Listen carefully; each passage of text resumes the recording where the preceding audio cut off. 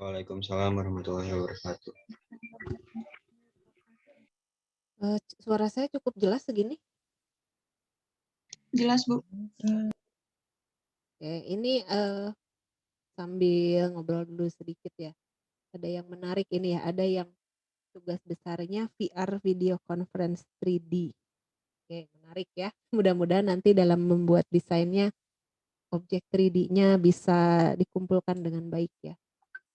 Lalu ada Baron ya, Barber Online. Hollow Project kemarin ya. Ini apa namanya? Katanya di sini solution for post COVID period sanitary problem. Oh, gaya dari judulnya ya. Bu, mau itu Bu? Ya. Jadi kemarin sudah diganti Bu untuk sudah proyeknya? diganti. Ya. Oh, yang Sudah diganti itu ini, Hollow Project ini. Ya Bu. Oh, Jadi videonya sudah saya komentari kan ya? Itu udah saya komentari ya? Belum dilihat Bu komentarnya. Coba lah nanti lihat lagi ya. Terus ada smart alarm ya. Smart alarm, terus di sini ada, saya cuman ini aja ya, sekedar cross check aja ya. Terus ada kayak ini kelompok 4 nih apa nih? Kelompok 4 itu nggak ada judulnya ya di halaman depannya ya. Jadi saya nggak melihat secara singkat dia bikin apa gitu. Jadi kita tuh harus nungguin dia ngejelasin apa. Coba punya ininya nggak, judul produknya nggak nih? Yang kelompok 4. Yang Rinda ini apa judul ininya? Judul produknya.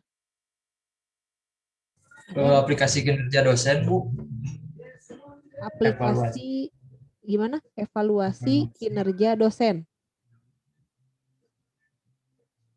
Halo, ada Rinda? Ada, Bu. Ada Nandang. Evaluasi kinerja dosen. Gitu ya? Iya, Bu.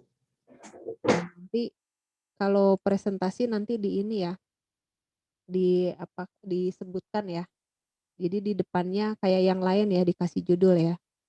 Nah, ini juga ada yang musik anak-anak ya. Cukup menarik juga. Terus kalau anak-anak itu usernya menarik nih ya. Jadi harus tahu banget nih anak-anak gimana nih perilakunya, gimana mereka mendapatkan informasi, terus ya gitulah ya. Nantilah kita bahas lah. Ya terus aplikasi farmasi swamedikasi. Kenapa ya harus ada swamedikasi ya? Kelompoknya swamedikasi. Kesya ya? Kesya. Swamedikasi itu kenapa Kesya? Kesyanya nggak ada gitu? Kesya dan kawan-kawan? Jadi Ibu, Swamedikasi itu apa ya? kayak lebih ke pengobatan ke diri sendiri gitu Ibu. Oh, namanya swamedikasi. Saya Iya. baru. Oke. Ya, jadi itu ya ada 7, tapi nanti kita perlu bahas satu persatu. Kayak ini dulu lah, kayak ada semacam apa ya, workshop gitu ya. Tapi enggak sekarang ya, karena nantilah pasca UTS aja. Karena banyak materi yang agak nyambungnya tuh di sana gitu ya. Bukan berarti ini enggak nyambung ya, ini juga nyambung banget ya. Tapi nanti kita akan breakout room untuk membahas calon-calon aplikasinya ya. Nah, untuk sekarang saya masih bahas slide. Kita akan bahas aspek kognitif. Pernah dengar nggak istilah kognitif? Cognition, apa tuh? Ada yang pernah dengar? Aspek kognitif. Kalau kalian jadi guru tuh pasti dengar aspek kognitif tuh ya, sangat sering ya. Kognitif tuh apa sih gitu ya? Nah, ini kita bahas nih ya. Apa sih itu kognitif? Kenapa penting di HCI? Terus kita akan menggambarkan juga bagaimana kognisi akan diaplikasikan ke desain interaksi ya. Jadi aspek-aspek kognitif itu diaplikasikan ke desain interaksi jadinya kayak gimana gitu ya.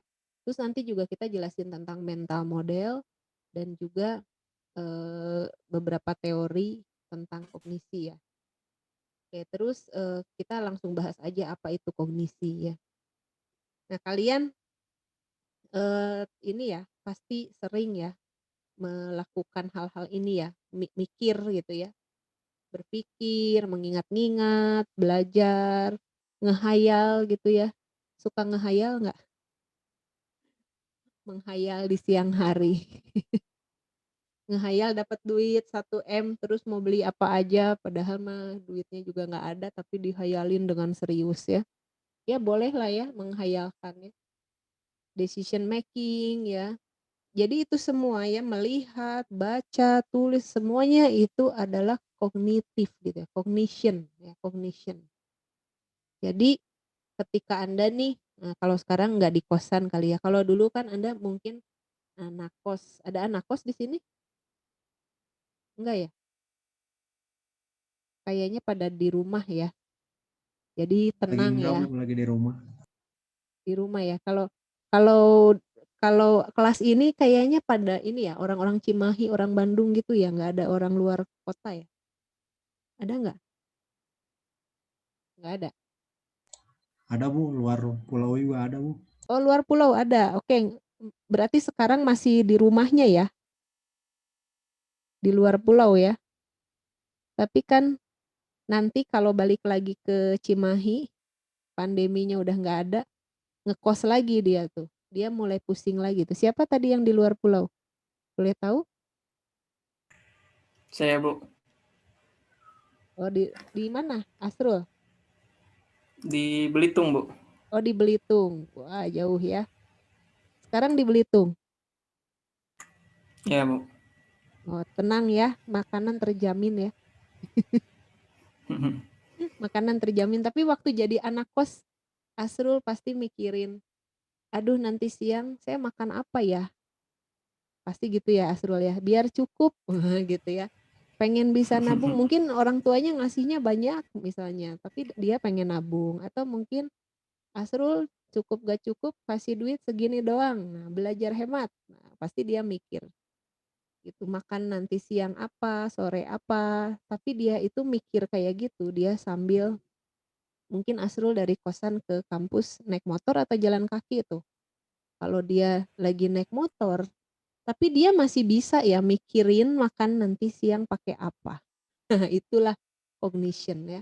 Atau kalau dia jalan kaki, dia sambil jalan kaki, ada kubangan dia bisa lompatin, tapi sambil mikir nanti makan apa, duitnya nanti alokasinya berapa, terus juga dia sambil lihat-lihat sekitarnya gitu ya. Itu cognition, artinya dalam satu waktu kita bisa multitasking. Dan itu nempel ya, kita semua memiliki hal itu, gitu. Nah, aspek-aspek itulah tadi ya, thinking, remembering, learning, dan seterusnya itu pasti akan pengaruh ke ini kita ya, ke desain interaksi kita. Oke, jadi kalau kita lihat nih, higher level, cara mengklasifikasi cognition ya, pada level yang lebih tinggi, menurut Norman nih ya, menurut Norman, dia ngebandinginnya dari pengalaman ya, experiential versus reflective cognition. Gitulah nanti kita bahas ya. Lalu ada menurut Kahneman fast versus slow thinking. Nah, ini bukan ilmu kita sebetulnya tapi cukup tahu aja ya. Nah, kayak gini nih. Ini mana nih yang melibatkan kita bicara yang fast versus slow thinking ya. Tak. Nah, ayo 2 tambah 2. Bisa jawab ya. Fast thinking ya. Nah, sekarang saya tanya 21 kali 29. Fast atau slow? Ngitung dulu ya. Kalau saya mah cepet saya karena punya kalkulator ya. Tekacinya.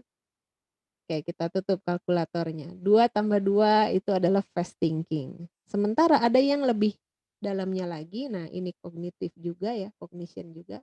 Ketika kita berpikir lebih dalam ya, 21 kali 29. Oke, kita mulai ngitung tuh ya.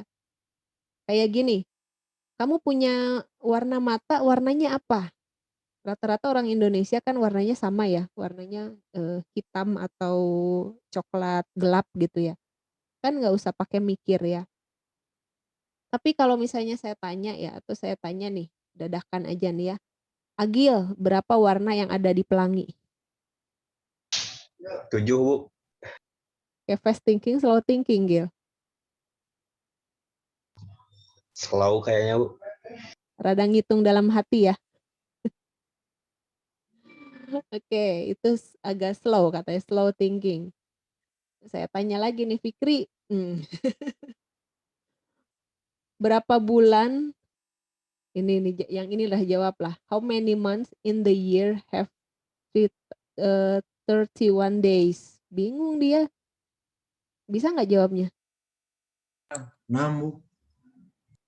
6. 6 bulan. Oke, Iya. dia sebetulnya gampang sih, tinggal dibagi 2 aja ya. Ada yang 31, ada yang 30, ada yang 29 atau 28 ya. Oke, 6. Fast atau slow? Fikri tadi mikirnya agak lama atau cepet? Cepet ya? Oke, nah sekarang ini nih. Ferry, nama sekolah pertama yang kamu ikuti? TK, Bu. TK Iqba. Mikir dulu ah. TK lupa tadi TK-nya TK apa, langsung dia baru sebutin TK apa gitu. TK apa? TK Iba. TK Iqba. Iqba, oke. Itu melibatkan fast and slow thinking ya. Ferry tadi fast atau slow, Fer? Slow, Bu. Slow, rada-rada loading gitu ya. Apa? Nah itu ya. Itu saya ngejelasin yang ini ya. Kahneman. Oke, secara langsungnya kayak gitulah. Yang fast and slow thinking ya. Baik. Nah, gimana apa sih? How can understanding cognition help? Kenapa sih kita kalau memahami cognition ini akan membantu kita dalam merancang ini ya, desain interaksi ya. Karena gini, intinya mah gini, kita kalau mau bikin desain gitu ya, kita kan harus tahu dulu ya user itu mikir kayak apa sih. User itu memorinya punya keterbatasan atau enggak, keterbatasan di apa sih misalnya, seberapa banyak user bisa apa ya, mengingat langkah-langkah yang ada pada aplikasi saya, kayak gitu-gitulah.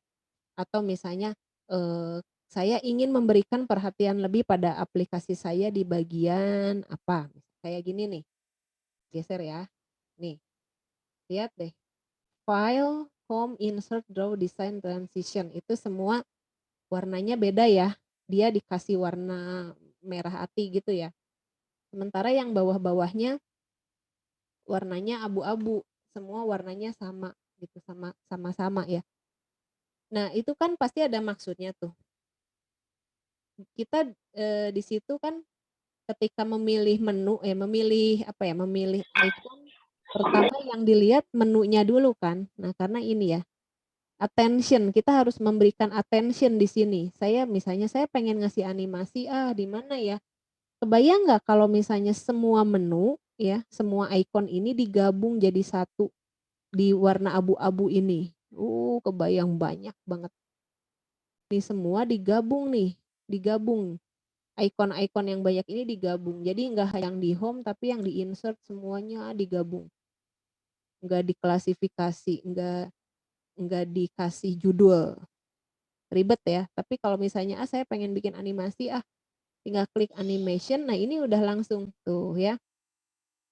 Jadi supaya saya tahu ini untuk animasi loh, ini dikasih warna yang berbeda, dikasih di atas gitu ya. Nah, itu juga melibatkan cognition gitu. Apanya sih cognitionnya tadi? Attention. Oke, jadi proses kognitif itu nih ya.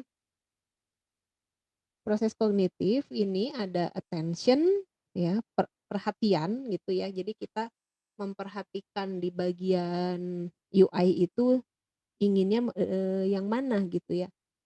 Kalau kalian jadi programmer nih ingin menginformasikan sesuatu kayak headline news gitu ya, kan itu ingin diperhatikan di situ ya. Contohnya headline news kayak gini. Kelihatan nggak nih? Nih, headline news tuh kan. Nah, attention kan di situ ya.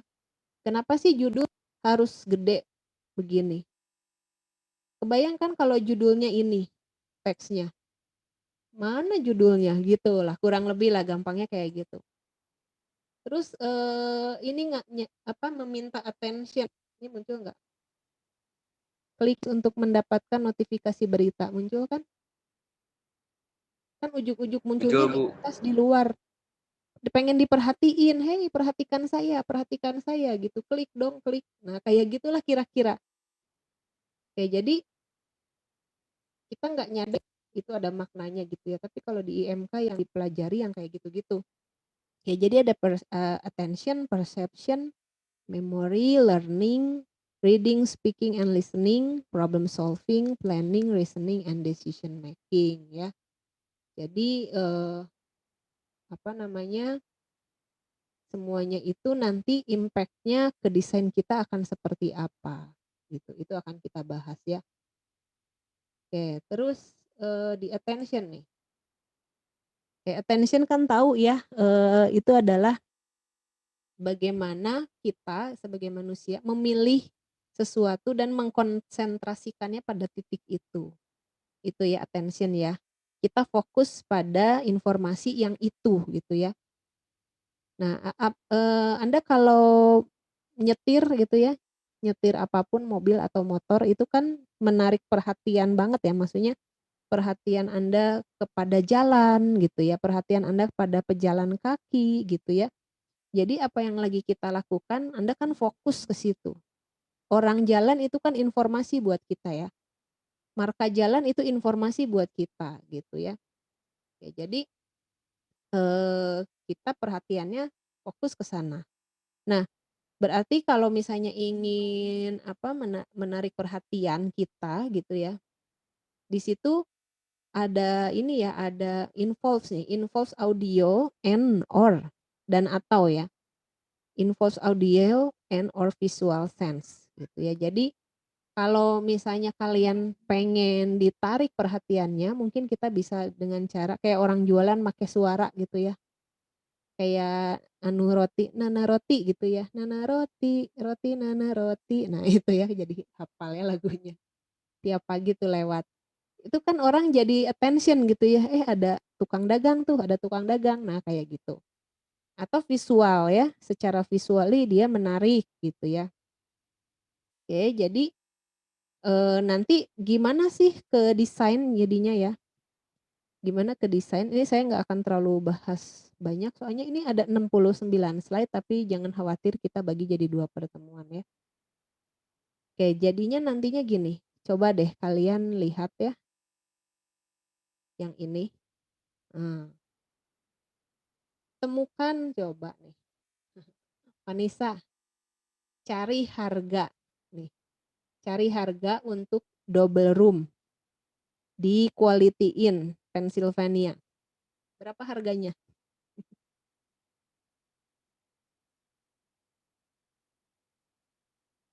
Rada loading ya. Ya Bu, pusing banyak. Harus dicari satu-satu. Harus dicari satu-satu. Bagus nggak desain kayak gini?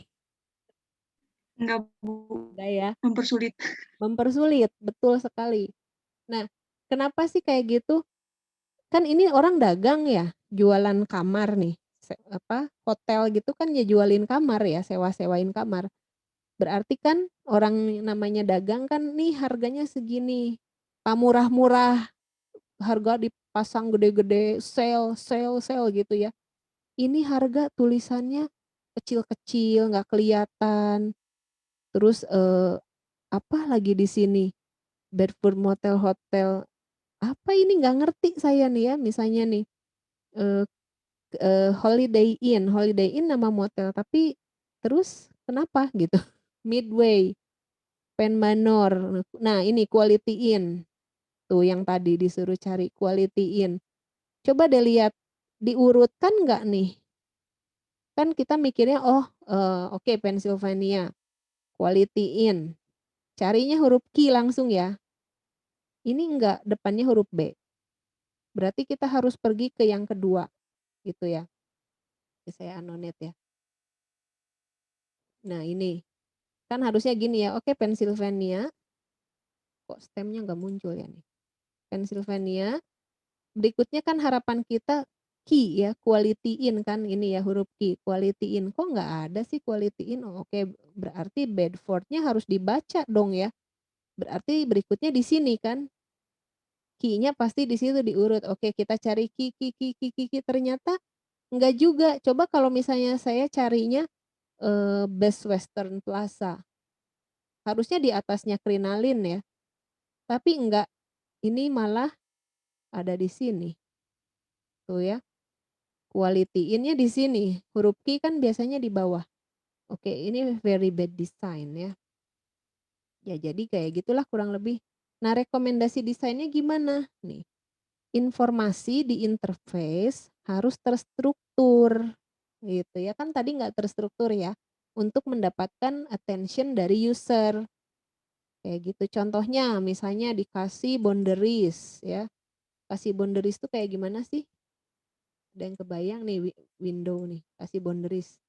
Tek gitu ya. Misalkan ada RP 5.000 serba 5.000 gitu ya. Serba 5.000. Ini kan dikasih biasanya gini ya. Nah, gitu kan boundaries ya. Harganya dikasih tulisan. Terus atau dikasih warna. Oke, nih RP 5.000 warnanya udah muncul ya.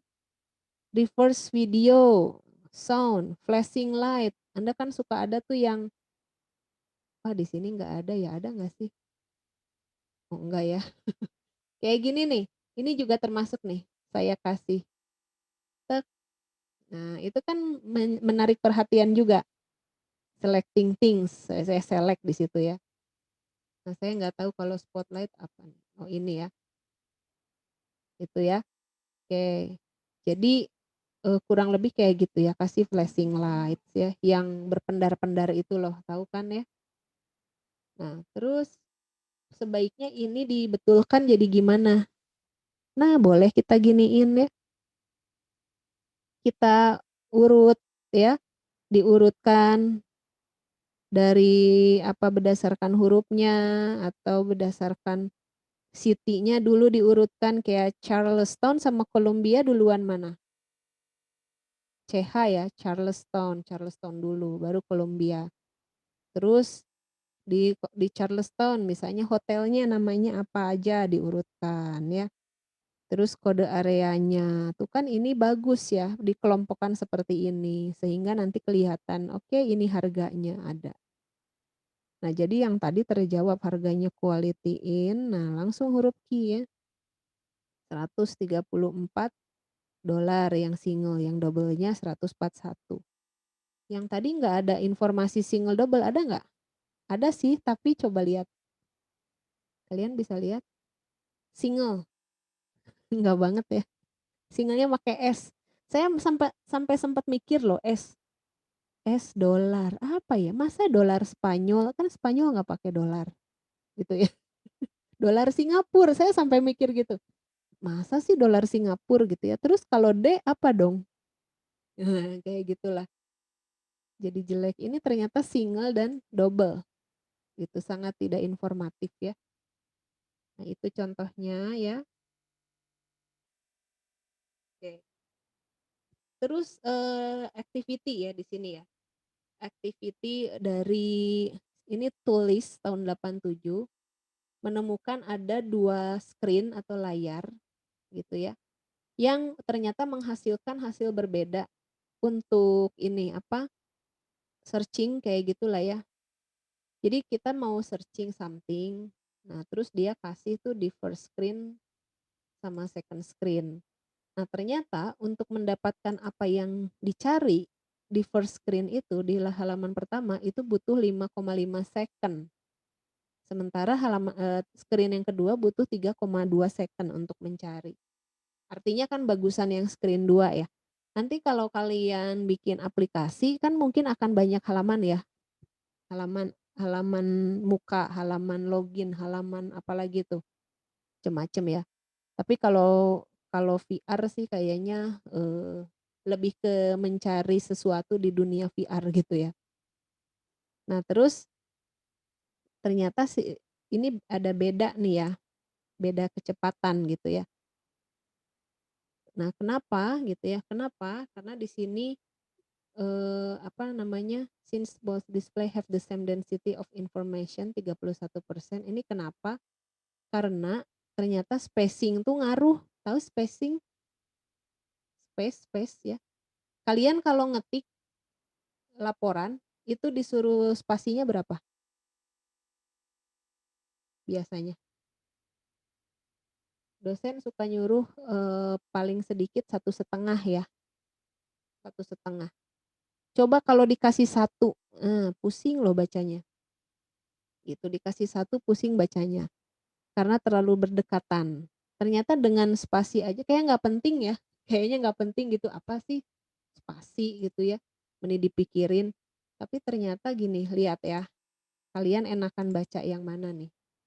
Nih, saya enak langsung bisa mencontohkan. Oke, ini saya kasih kalau ini di mana ya? Align text bukan ya? Spasi di sini di mana? Kalian tahu nggak? Kok saya jadi mendadak ini ya?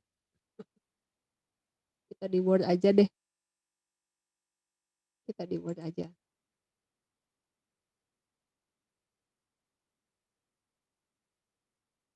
Oke, kita bikin dokumen baru. Ternyata Word saya nggak muncul. Pakai proposal saya punya aja lah ya. Nah, ini ya.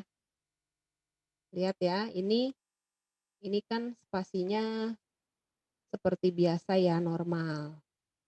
Normal ya, tuh ya. Nah, terus saya kasih 1.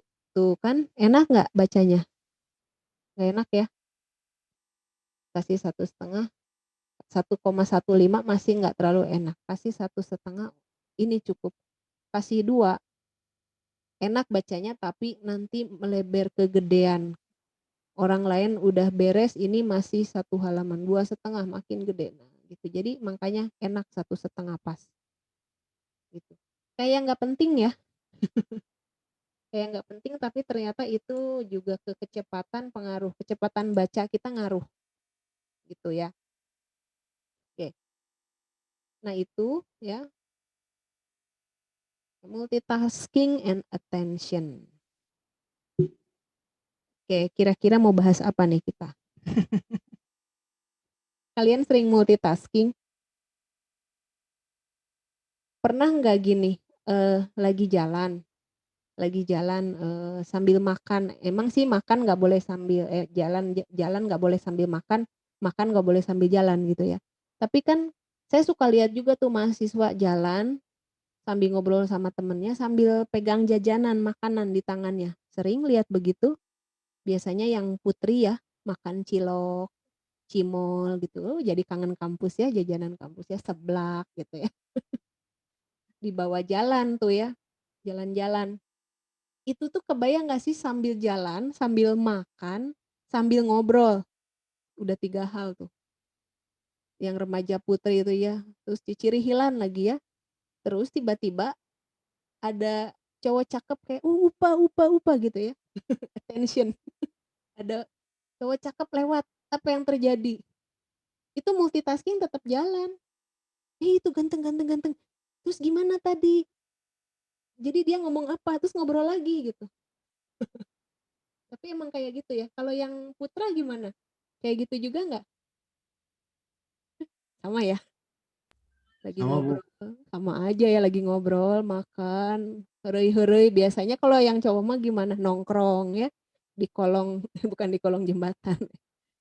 Di bawah pohon. Ada cewek cantik, biasanya anak farmasi lewat. Gulis. Nah. Attention gitu ya. Oke, Jadi ditanya di sini, is it possible to perform multiple tasks without one or more of them being detrimentally affected? Kayaknya jawabannya iya-iya aja ya. Tapi gini, multitasking can cause people to lose their train of thought gitu. Kayak gini, kalian kalau coding, belajar coding bisa nggak di multitasking? Kan itu konsentrasinya tingkat dewa ya kalau coding. Lagi ngerjain tugas besar, kalian coding. Tugas besar apa semester ini yang coding? Ada apa ya tugas besar apa? Ketiga L. Tech web ada. Ada. Apa tugas besar apa? Boleh kasih tahu? Teknologi web. Teknologi web. Oke, teknologi web. Bikin ini ya. Bikin sistem apa gitu ya. Rata-rata sistem informasi mungkin ya. Kayaknya ya. Oke, berarti kan coding tuh, Anda ngerjain coding, tingkat tinggi kan itu biasanya konsentrasinya. Nah, itu susah untuk dimultitasking gitu ya. Jadi kadang-kadang ada yang nggak bisa dimultitasking ya, kegiatan-kegiatan seperti itu. Jadi kita harus mikir dalam gitu ya. Terus kalau misalnya multitasking, kalian ginilah ngerasain nggak lagi coding, tiba-tiba diajak ngobrol sama temennya, sekilas terus apa tadi apa, nah gitu ya, balik lagi mau coding, aduh tadi teh apa lupa lagi.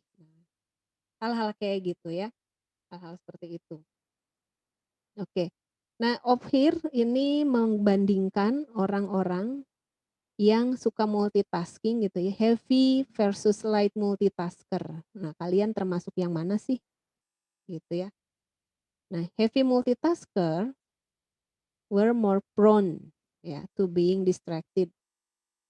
Jadi apa namanya, ya kalau kalian sering multitasking biasanya lebih gampang terdistract ya, gitu ya, lebih gampang terdistract ya. Jadi kayak tadi yang cewek-cewek lagi ngobrol-ngobrol tadi, kan tadinya dia lagi makan sambil ngobrol, tiba-tiba ada orang lewat yang ganteng-ganteng langsung terdistract kan, itu lucu, iya terus apa lagi? Ngobrol lagi. Ya kayak gitu ya. Nah sementara kalau orang yang nggak suka multitask ya, nah memang sih kalau laki-laki nggak terlalu suka multitask, bener nggak? Atau suka multitask? Kenapa laki-laki nggak terlalu bisa multitask dan perempuan itu bisa multitask? Ada yang tahu? Nggak bisa jawab ya, ternyata itu sudah fitrahnya. Jadi dari bentuk otaknya.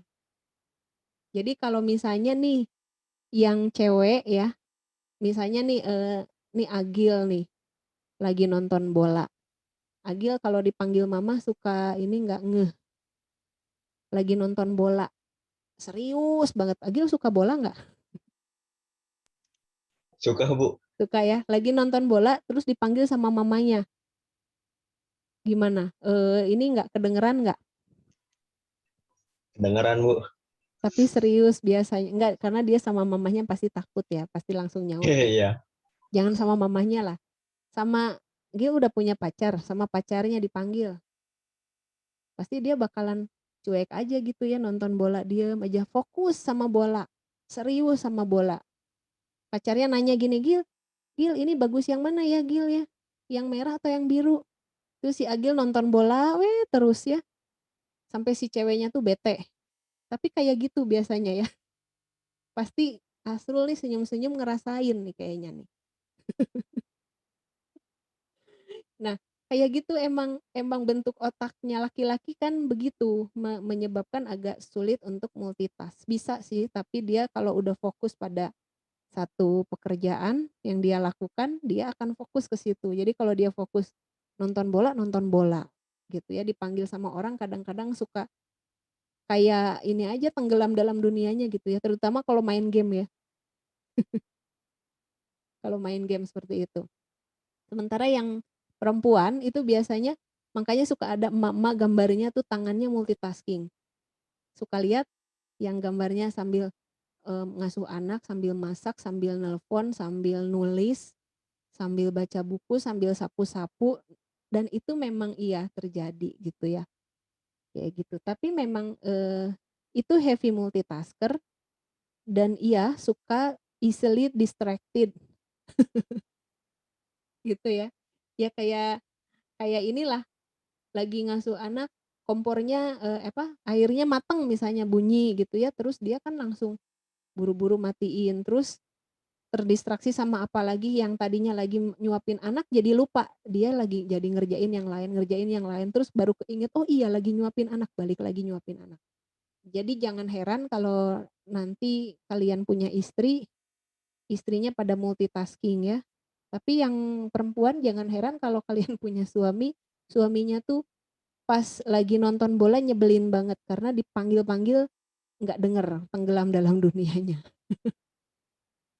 Oke, sampai segitunya ya di IMK ya, memahami user ya, karena nanti ngaruh juga ya.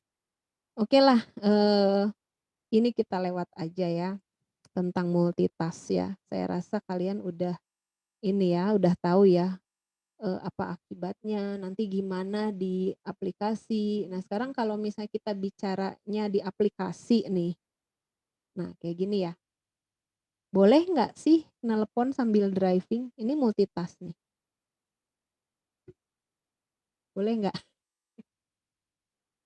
Jelas lah nggak boleh ya, nggak boleh. Kira-kira kalian ada ide nggak gimana ya menghandling ini?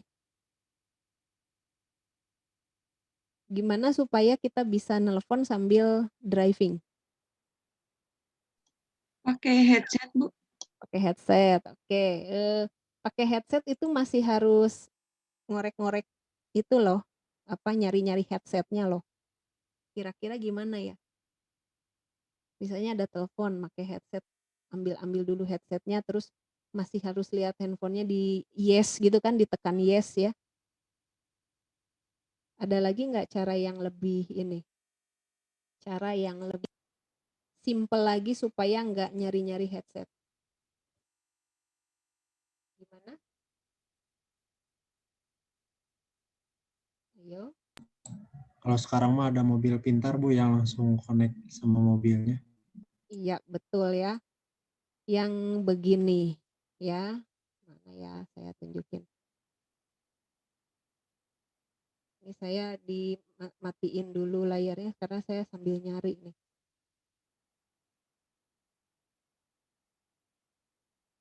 Nah yang kayak gini nih. Ini suka ada di steering wheel. Mana ya yang paling relevan. Nih lihat nih, ini kebetulan mobil saya juga ya. Tapi udah nyala ya. Nah di sini kelihatan. Nah itu, ini ya. Jadi di sini di sebelah kanan setir. Kenapa sih kanan? Biasanya rata-rata orang pakainya kanan ya, nggak kidal gitu ya. Nah di sini tuh bisa selama HP-nya support ya, kayak Siri itu bisa di auto connect sama Bluetooth yang ada di mobil. Jadi nanti biasanya saya pakai itu kalau nyetir. Jadi saya simpen iPhone saya, terus nanti udah di-connect sama Bluetooth yang ada di mobil. Terus kalau dia nyala ada telepon masuk, saya bisa ngangkat di sini. Saya angkat terus ngobrol, tapi memang si suaranya jadi kayak speaker di dalam mobil. Jadi kalau misalnya saya lagi nyalain radio di mobil, ada telepon masuk, terus suara radionya mati dulu. Jadi berubah jadi percakapan gitu. Jadi saya kayak ngobrol sendiri. Kalau orang lihat dari luar jendela, saya kayak ngomong sendiri. Padahal saya lagi ngobrol ke arah setir ya. Dan di situ suaranya ketangkep gitu ya. Saya juga kurang mendalami lagi di mana letak mikrofonnya. Karena saya nyimpan handphonenya itu bukan di dashboard ya, tapi di laci-laci itu kan agak jauh ya dengan posisi supirnya. Tapi kok suara saya nyampe gitu. Nah seperti itu kira-kira. Jadi di loudspeakernya ke speaker mobil gitu ya. Termasuk kalau saya bercakap-cakap, misalnya saya minta tolong dicariin jalan, saya nggak usah buka handphone. Saya bukannya lagi mempromosikan Siri ya, tapi buat saya Siri kalau dipakai di mobil itu lebih gampang. Jadi kayak gini, saya pengen nyari toko komputer, saya tinggal, "Hey Siri, cariin toko komputer terdekat dari sini." Tapi ngomongnya pakai bahasa Inggris, baru dia bisa ngerti. Terus sama Siri nanti dijawab, "Ada di sini. Terdekatnya sekian meter, mau ke sana." Dan bentuknya tuh percakapan, conversing. Kemarin kita udah bahas conversing ya. Bentuknya percakapan. Jadi saya kayak ngobrol sama Siri. Terus saya bilang, "Iya." Mau ditunjukkan arah jalannya, terus saya jawab, "Iya." Terus nanti dia tunjukin kayak Google Maps-nya gitu, ditunjukin jalannya. Nah, kalau misalnya saya nggak cari rute, biasanya saya, suka dengerin lagu dari iTunes ya, disambungin juga ke mobil. Jadi saya nggak pakai radio, saya pakai iTunes, saya minta ke Siri, "Siri tolong setelkan lagu." Kadang saya minta, "Siri tolong setelkan lagu yang lagi, apa, lagi ini ya, lagi bukan best seller, apa tuh ya, yang lagi inilah, yang lagi kekinian," gitu ya. Itu sama Siri dicariin di situ ya, yang lagunya emang lagi sering diputar sama orang-orang berdasarkan versi Siri, gitu ya, dan muncullah BTS gitu ya. Nah kayak gitu. Seperti itulah ya. Oke, balik lagi ya.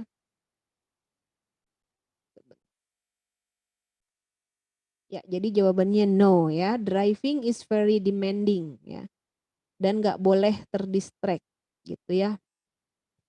Nah ini udah saya jelasin lah, pokoknya intinya nggak boleh multitasking saat driving ya. Oke. Nah ini udah saya jelasin juga ya, are hands-free phone safer to use when driving?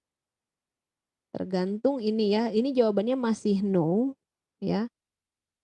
Hands-free kan tadi cari-cari ya, cari-cari dulu tetap juga buka handphonenya gitu ya. Makanya menurut saya Siri itu, best apa, buat saya ya, the bestnya ini ya, the bestnya handphone while driving gitu ya. Jadi saya teleponan ngapa-ngapain aktivitas handphone saya, sama Siri diurusin, sementara sayanya nyetir, gitu. Kalau ada teks masuk, itu saya juga bisa minta bacain, tapi sayangnya karena kita orang Indonesia, Siri nggak bisa bahasa Indonesia. Tapi kalau teks masuknya bahasa Inggris sama Siri dibacain. Begitu kira-kira ya. Oke. Ya, jadi design implication for attention apa? Ini ya, make information salient when it needs to be attended to at a given stage of a task gitu ya. Kita bisa apa, bikin informasinya salient ya. Terus, kita bisa pakai teknik-teknik kayak di ordering kayak tadi ya, di ordering by alphabetical atau by numbers gitu ya. Diurutkan ya, di ordering tuh ya, terus dikasih pewarnaan, dikasih spacing kayak tadi, diperbesar atau perkecil spacing-nya, kasih garis bawah ya, kasih sequencing atau dikasih animasi. Oke, tapi ada tapinya ya, jangan terlalu rame. Kayak mana ya yang rame? Kayak gini, lagi-lagi yang ini ya. Oke, lihat deh ini nih menurut kalian. Saya belum nemu contoh yang kayaknya saya share ini ya, sebentar ya.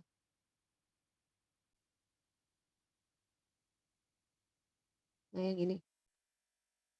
Menurut kalian ini terlalu rame enggak? Di atasnya ada ini ya. Ini annoying nih sebetulnya nih, klik yes untuk mendapat notifikasi. Nggak ada X-nya. Kalian nanti kalau bikin halaman jangan begini ya, harus kasih tombol X ya, harus ditutup, bisa ditutup. Karena saya males ngeklik nanti soalnya takutnya jadi ke halaman lain gitu ya. Tuh ya, di sini kanannya ada berita-berita lain, ada iklan nangkring tuh ya, di atas iklan, di tengah iklan. Ini juga ada reaksi.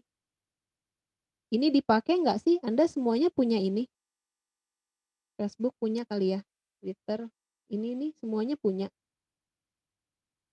Kalau saya sih jarang menggunakan ini meskipun saya punya akunnya, ini beberapa saya punya akun tapi males saya pakai. Kalau kalian pakai nggak?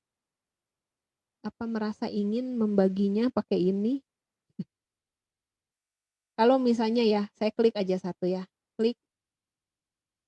Nah ini yang saya males. Jadi akhirnya saya nggak mau pakai ini. Gitu ya, karena kita harus jadi login. Gitu. Emang iya harus login tapi udah males, iya nggak sih?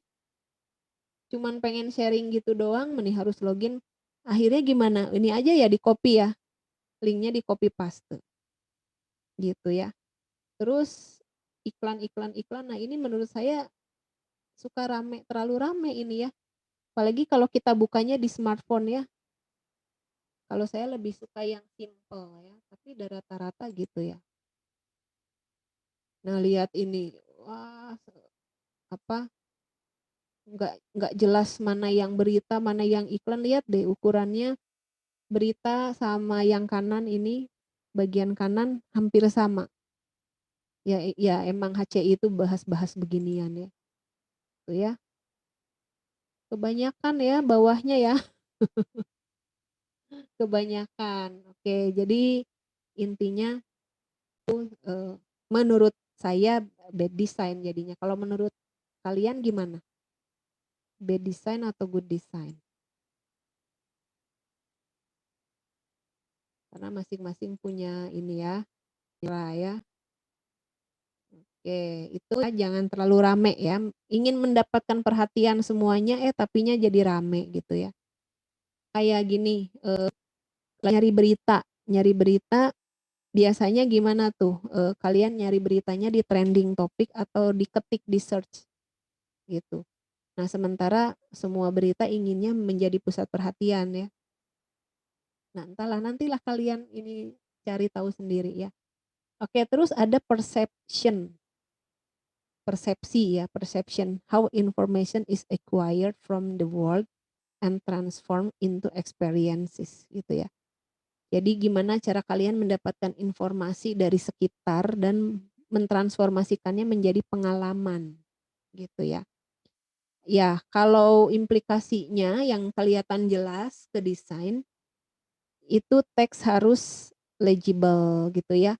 Icon harus mudah dikenali. Kayak kan mengenali icon-icon ini enggak? Kebetulan mah ini ada tulisannya ya. Kayak paste, cut, ini ada tulisannya. Tuh ya. Tapi kalau yang ini, misalnya ya, yang mana ya? Yang enggak ada tulisannya, nah yang ini nih.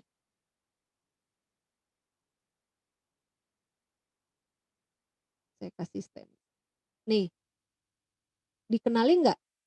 Kalian tahu enggak itu fungsinya untuk apa?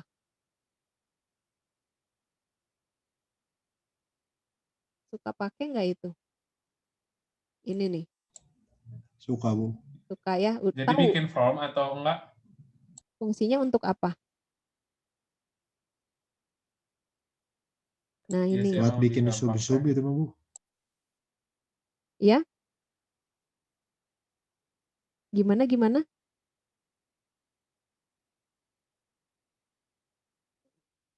Ya ini kita lihat lagi ya. Kalau misalnya ini ada tulisannya, oke ini layout, ini nih yang ini nih, ini kan udah ada tulisannya ya layout, preset, section, udah ketahuan kan. Tapi yang ini kan nggak ada tulisannya. Nah supaya pengguna tahu tulisannya apa, lihat dia kasih ini, sebaiknya ya menurut saya ya, dikasih tooltip teks. Tahu nggak tooltip tooltip teks itu apa? Pernah dengar? Nah kayak gini. Bentar ya. Oh ini nggak aktif nih mouse-nya. Nah tuh lihat.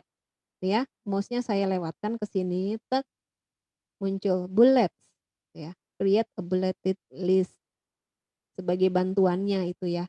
Jadi kalau ikonnya agak susah didistinguish, kita bisa kasih tooltip text kayak gitu.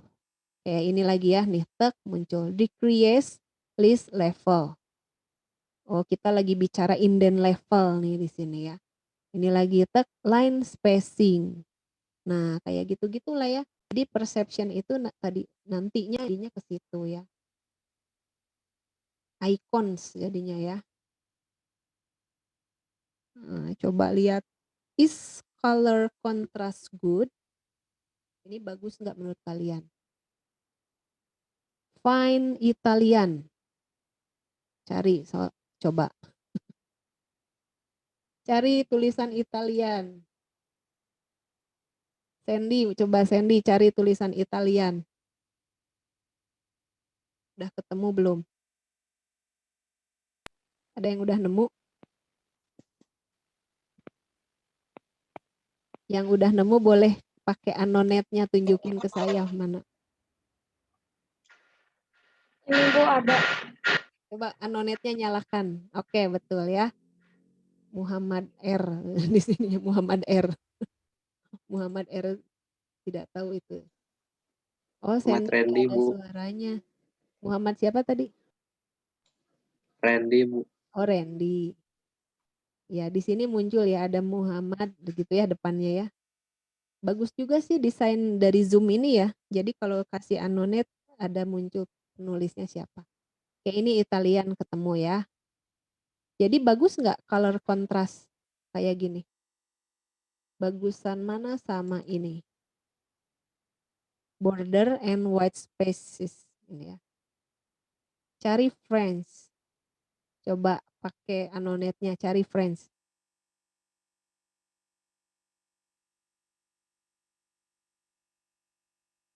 Ya, Rinda udah ketemu ya. Friends. Enakan mana? Color contrast atau border? Bolehlah chat ke saya biar saya tahu. Kontras, color kontras atau border? Saya sambil polling.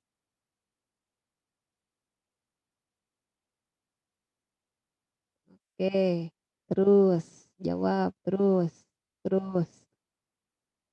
Hasilnya masih seimbang. Terus.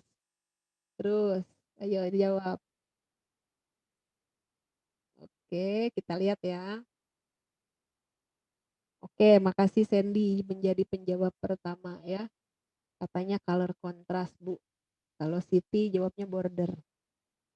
Nah, ada yang ini border sama kontras.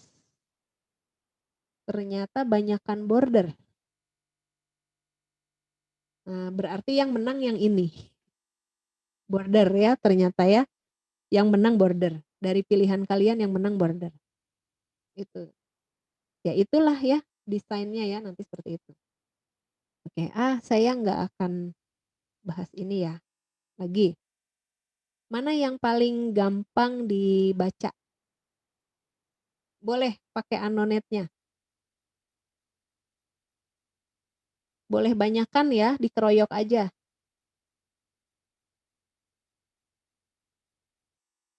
Ya, terus. Oke, kita lihat paling banyak. Ya, boleh, terus, boleh pakai itu. Panah, boleh. Oke, kelihatan ya maksimal ternyata pilihan pemirsa, pilihan pemirsa ya, adalah di sini ya. What is the time-nya yang ini. Udah jelas kayaknya alasannya ya. Jadi kalian nanti kalau mau bikin button masih pengen pakai yang kayak gini biar kelihatan keren. Udah enggak ya. Bikinnya yang biasa-biasa aja ya. Yang penting jelas dan terbaca ya. Ya jadi kalau yang ini enggak ya. Yang ini gimana? Yang ini bisa terbaca? Kalau saya rasa sih saya jawabnya tanda tanya ya. Ini juga tanda tanya gitu ya. Karena kalau untuk yang buta huruf, buta warna ya, buta warna itu masalah ya. Nah yang ini agak-agak terbaca ya sebetulnya ya. Tapi masih lebih jelas tentunya yang ini ya. Oke, terima kasih atas jawabannya. Nah, jadi implikasinya ke desain, icon itu harus bisa menyebabkan si user mengenalinya gitu ya. Jadi harus dikenali.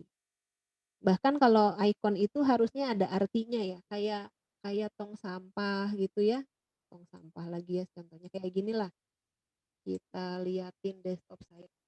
Desktop saya kebanyakan. Ini kalian udah tahu ya recycle bin kebaca ya. Recycle bin kebaca. Nah, yang kira-kira nggak kebaca menurut kalian yang mana? Terlepas dari itunya ya, terlepas dari penamaan teksnya ya. Yang menurut kalian nggak kebaca itu apaan sih? Yang mana? Boleh kasih anonet lagi. Yang nggak kebaca kalian kasihkan stem X. Yang kalian paham kalian kasih stem oke gitu ya. Yang nggak kalian paham kalian kasihkan X. Coba. Boleh pakai anonetnya silahkan. Oke, terus. Silahkan. Ya, terus. Ya. Terus. Oke, terus. Terus.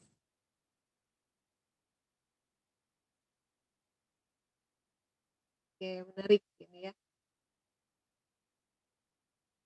Oke, saya pengen tanya nih. Rinda suka desain ya? Mana nih Rinda? Ya Bu, kenapa Bu?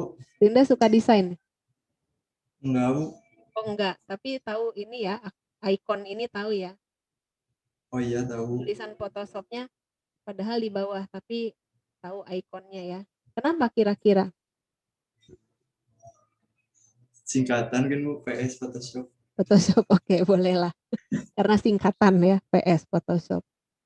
Oke. Nah ini ya WhatsApp image, ya orang itu file ya.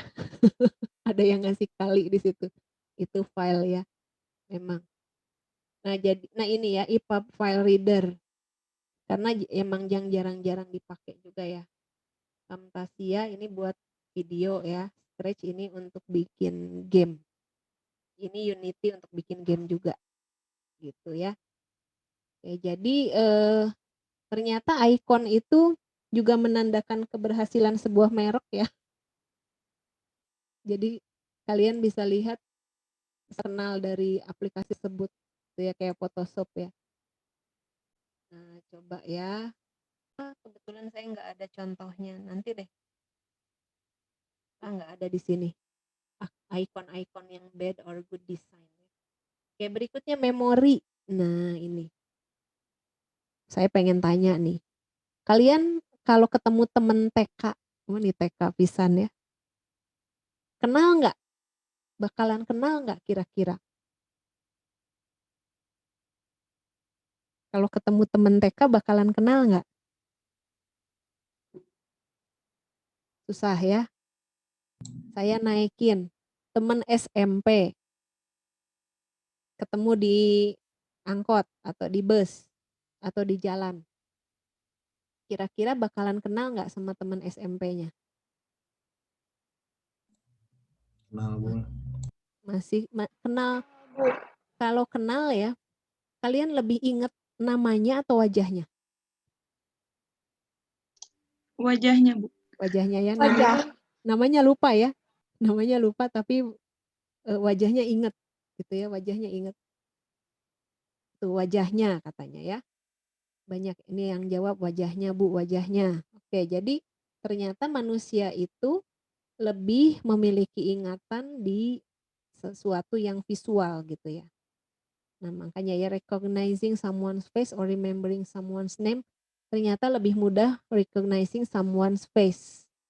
Sebetulnya ada hubungannya dengan icon tadi juga ya, makanya kita pakai icon gitu ya.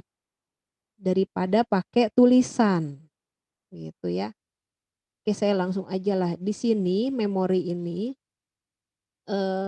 nanti implikasinya ke desain itu apa? kayak gini.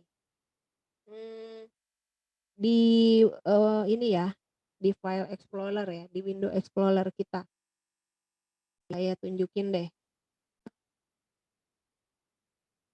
Ini kalau ikonnya nggak PowerPoint, saya nggak akan tahu kalau ini adalah yang yang udah saya save ini adalah untuk presentasi, untuk PowerPoint, gitu ya. Coba aja ini, teks-teks ini saya nggak tahu namanya itu menandakan apa, judulnya apa, chapter 4, chapter 5, chapter 6 gitu ya. Kayak ini aja, ini kan slide ya, slide Pris ya. Saya untuk membuka slide ini yang sekarang lagi kalian lihat ini, slide cognition, itu saya sampai buka-buka ini semuanya satu-satu karena saya nggak tahu judul cognition itu ada di chapter 3, 4, 5, atau 6 karena saking lupanya. Gitu ya. Jadi sama namanya penamaan teks ini saya nggak inget. Bahkan kadang kita suka masa bodoh ya. Ingetnya keywordnya aja. Makanya di sini dikasih search gitu ya. Jadi kalau misalnya gini, saya tahu saya udah download buku banyak di sini ya. Males kan nyarinya ya, aduh yang mana ya, yang mana ya. Akhirnya saya cuman inget buku yang saya download itu adalah keywordnya game. Nah itu ya, diklik di kolom search itu udah disediakan. Ini implikasi ke desainnya kayak gini ya dari memori ya. Jadi betapa bagusnya sebetulnya Windows ini udah memanjakan kita gitu ya. Saya tinggal klikkan game. Terus ketemu, oh oke, ini file-file yang judulnya game. Gitu ya. Jadi kan saya tinggal klik aja, oh yang ini, oh yang ini. Nah sekarang lihat ada yang putih-putih. Ini kira-kira file apa ya? Gak jelas juga kan? Gak jelas. Bukanya pakai apa? Nggak tahu gitu ya. Nah akhirnya sebagai gantinya muncul tooltip teks, oh itu tipenya EPUB. Nah kalau EPUB berarti bisa dibuka menggunakan EPUB reader. Kayak gitulah kira-kira. Tuh ya, Windows itu udah memanjakan kita ya, bukannya saya iklan ya. Kalian mikirin gak sih gimana codingnya ini, betapa susahnya mereka mengcoding ini. Ya, dan kita mah tinggal make, kadang sampai marah-marah, ini tuh gimana sih? Jelek banget, nah itu ya. Kayak gitu. Ya itu implikasinya terhadap desain ya. Oke, jadi kita tidak mengingat semuanya ya. Kadang-kadang kita harus filtering dulu. Ya kayak tadi, saya ingatnya cuman game doang. Ya udah ketikin game. Gitu ya. Nah, context is important as to how we remember. Kayak that is, where, when, how, and so on. Gitu ya.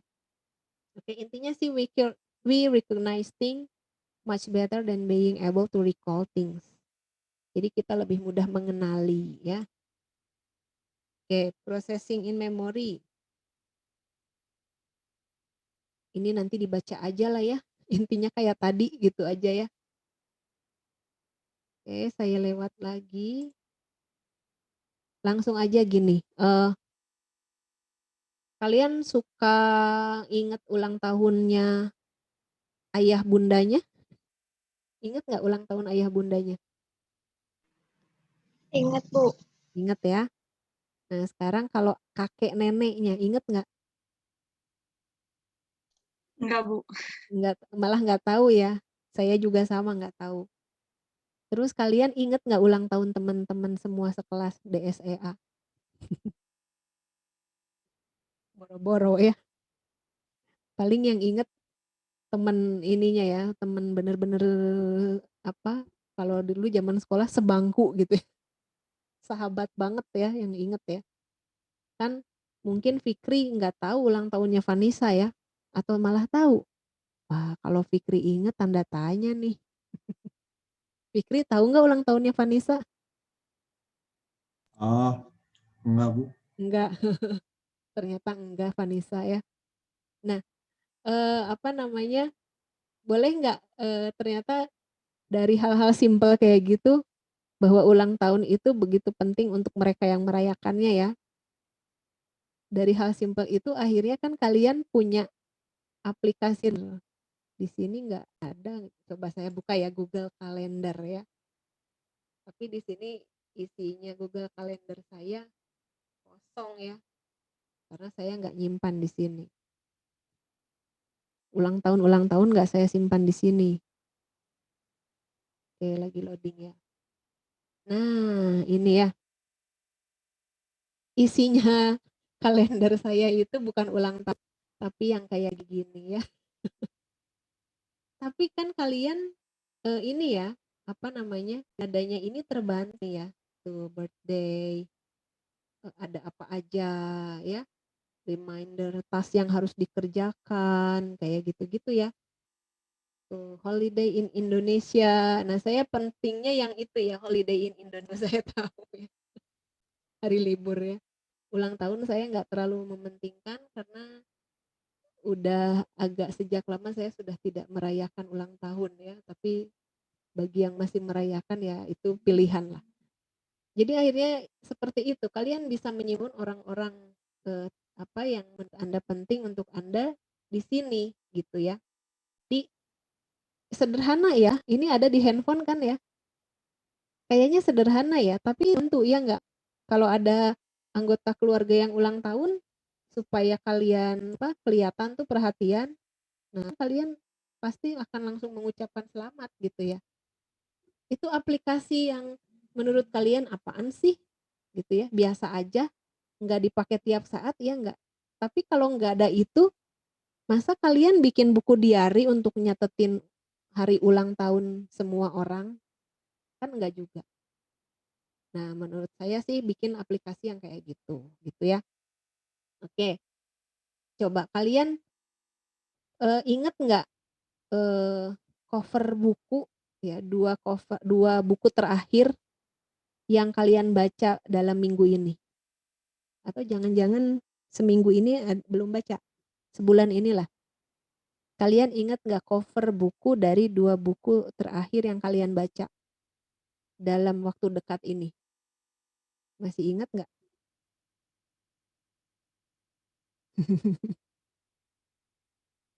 Bararingung, baca buku nggak? Kayaknya enggak. Enggak baca ya. Lisa suka baca buku nggak Lisa? Kurang, Bu. Kurang. Jarang. Oh, jarang baca buku. Biasanya kan yang cewek suka ini ya. Nisrina suka baca buku nggak? Baca novel. Jarang juga. Jadi kalian Lumayan. novel gitu suka baca? Iya. Nah, terakhir novel yang dibaca apa? Masih ingat? Lupa. Lupa. Udah jarang. Kayaknya terakhir baca SMA kali ya. Kuliah udah susah baca novel ya, sibuk ya. Oke, ini sangat tipikalnya mahasiswa IF ya. Mereka nggak baca buku fisik, tapi yang dibaca adalah e-book ya. Kayaknya begitu ya. Oke, nanti balik lagi kalian harus pada baca buku ya. Terserah mau buku apa aja, yang penting baca buku ya. Nah, ternyata ini ya nggak bisa terjawab ini ya pertanyaan nomor 2 ya. Lebih mudah mengingat cover buku atau mengingat ulang tahun menurut kalian? Kalau saya ya, saya lebih mudah mengingat cover buku. Buku terakhir yang saya baca covernya adalah ini yang sedang ditayangkan. Dan saya kalau lihat gambar ini, saya langsung ingatnya, oh itu Pris, gitu ya. Tapi kalau saya ditanya ulang tahunnya Pris kapan? Nggak tahu, pokoknya saya ingatnya cover bukunya. Kapan tahun terbitnya? Saya nggak ingat, yang penting saya ingat ini edisi ke-5 yang terbaru. Nah, kurang lebih seperti itu. Jadi kita lebih apa namanya? Lebih mudah melihat sesuatu yang visual ya. Daripada yang teks-teks tadi. Kayak gitulah kira-kira ya. Oke, jadi recognition versus recall intinya kayak gitu ya. Makanya implikasinya ke desain itu adalah butuh GUI ya, menu, icon dan seterusnya. Nah, ini ada masalah ya. George Miller tahun 56 dia punya teori klasik ini ya, bahwa manusia itu bisa mengingat 7 plus minus 2. Ya, 7 plus minus 2 katanya gitu ya. Saya jadi pengen nguji nih, 7 plus minus 2 beneran gak sih? Oke, saya akan tulis di sini ya. Atau kita ganti aja pakai whiteboard ya. Saya akan tulis bentar ya.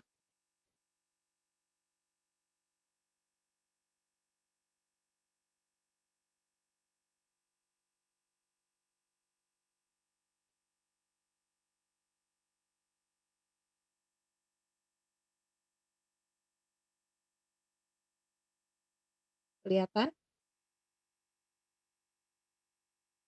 Kelihatan? Baik. Saya kasih waktu ya. Saya kasih waktu. Silakan kalian ingat ini. Saya kasih 5 hitungan ya. Diingat, saya pengen tahu kalian ingatnya yang seberapa panjang. Urutannya juga harus ingat ya.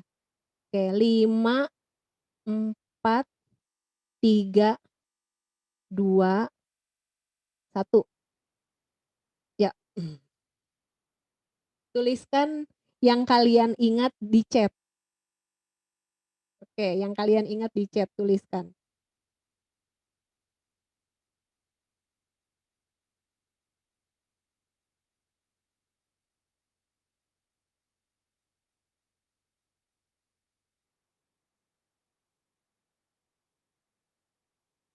Oke, udah ada jawaban ya.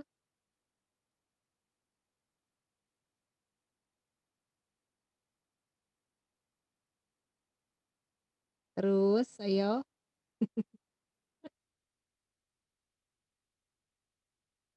Oke, kayaknya teorinya Miller bener nih ya. Dalam waktu cepat manusia itu bisa mengingat 5 plus minus 2 item ya. Kita lihat ya. Lisa, kucing, kursi, kambing, meja, kecoa. Nih ya, oke stop menjawab. Ini jawabannya. Tuh ya. Nah, Lisa, kucing, kursi, kambing, meja, kecoa. Ternyata dia betul 5 item ya.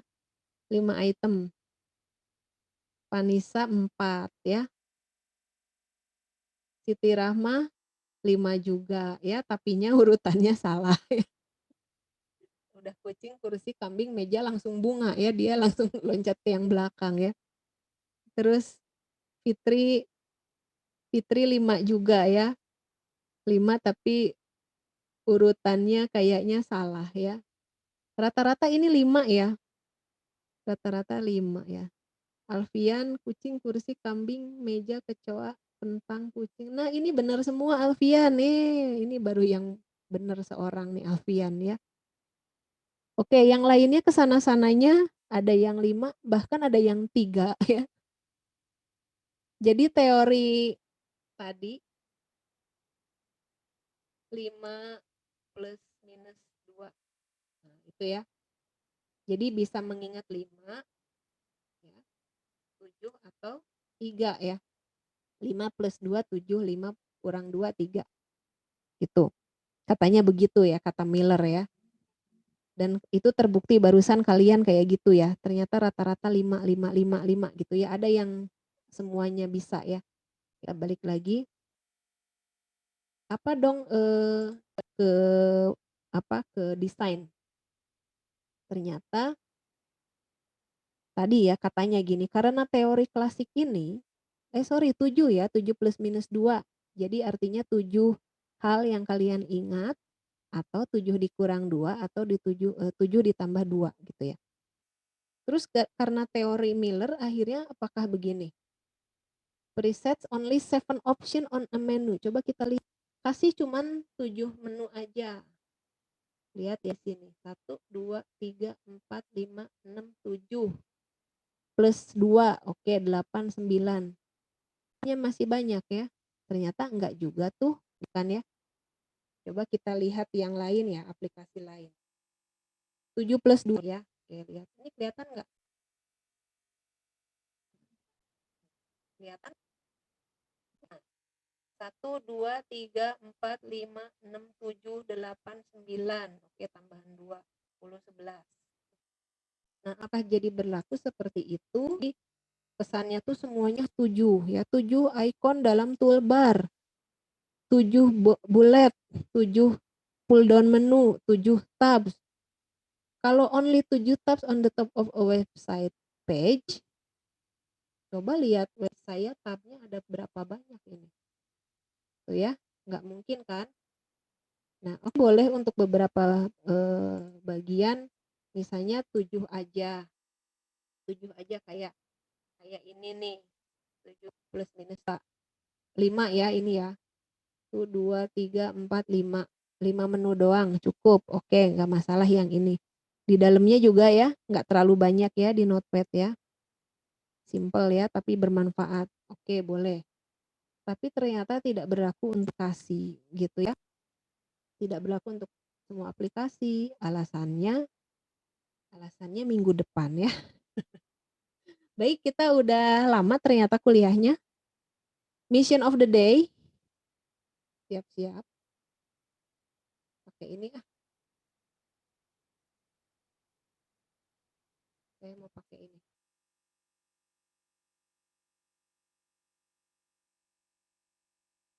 Puluh detik ya. Mission of the day. Silahkan ketikkan hadir di sini.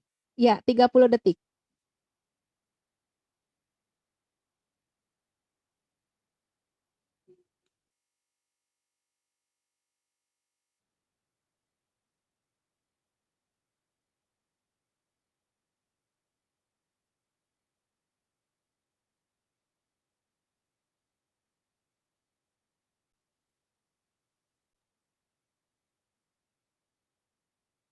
Ayo cepet. Ya, habis. Habis waktunya ya. Oke, mission of the day-nya gitu doang. Ya. Terus jangan lupa ngisi attendance. Ini biar nggak ada yang ngetik hadir lagi, maka saya akan tutup kuliah hari ini semuanya. Saya ucap kasih. Wassalamualaikum warahmatullahi wabarakatuh. Waalaikumsalam Waalaikumsalam warahmatullahi Terima kasih, wabarakatuh. Bu. Ya, Makasih, sama-sama. Bu. Ibu.